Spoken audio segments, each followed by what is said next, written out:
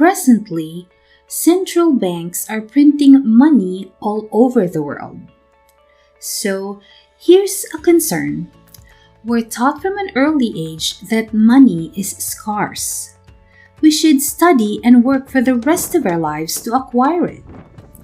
So, how did all this money appear out of nowhere? What is the process of making money? Who is going to pay for it? What does it all imply, precisely? What will happen after that? We'll look at the 3 ways money is made, as well as some of the implications that may occur in this 3-part mini-series of videos we'll be posting. We'll also show you where wealth inequality really comes from. If you finish this mini-series all the way through, you'll have a good picture of what is really going on in the world today. It's critical for individuals to understand that we're only trying to assist. This quest begins in a straightforward manner. However, at the end, you'll realize the absurdity of what we're facing. Welcome to Cryptic, a channel that gives critical evaluation or analysis, especially in dealing with crypto.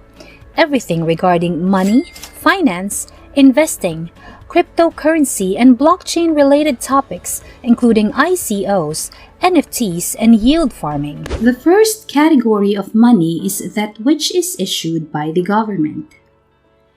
In practice, it's delegated to the Royal Mint, the central bank. However, it's still under government authority. Paper money and coins are the 2 types of physical money. This material money makes up a very small part of the economy. This type of money accounts for only 3 to 8% of many economies. This material money is made in order for private banks to fulfill their obligations. When you intend to cash out from an ATM, banks must ensure that they possess sufficient cash to meet their responsibilities. Let's look at a $10 bill as an example. The cost of printing this bill is around 3 cents. This implies that the profit margin on a $10 bill is around $9.97. The $9.97 will now be contributed to the government's tax revenue. Signorage is the name of this type of revenue. So, if governments earn from printing and minting coins which can lower tax rates for the general citizens, you would wonder why wouldn't governments just issue physical money all the time?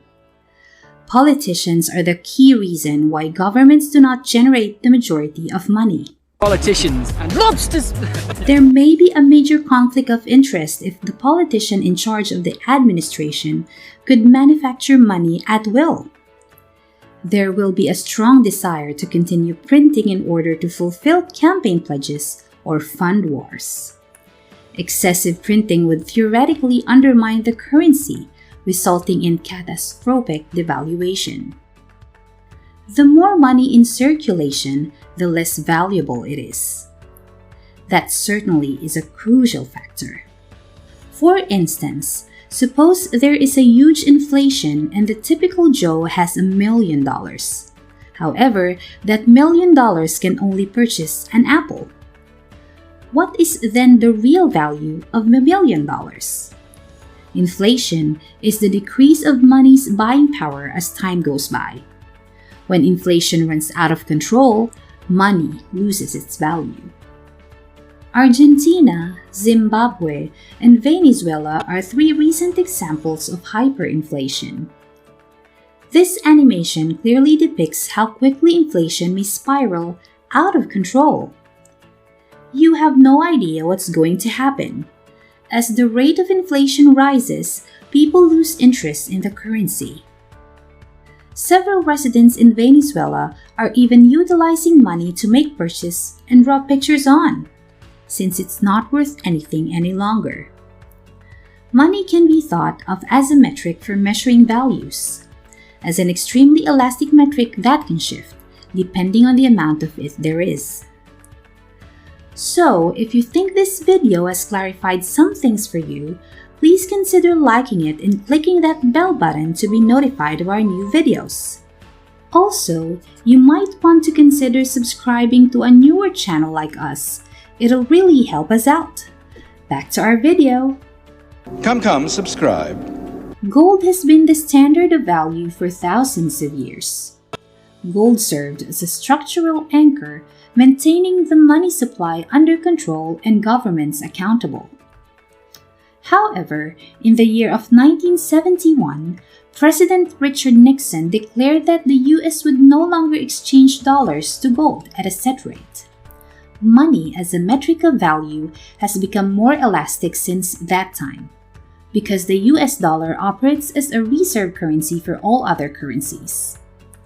Nixon's action altered the course of civilization. Despite the fact that politicians are apparently unable to affect the creation of money, it appears to be happening regardless.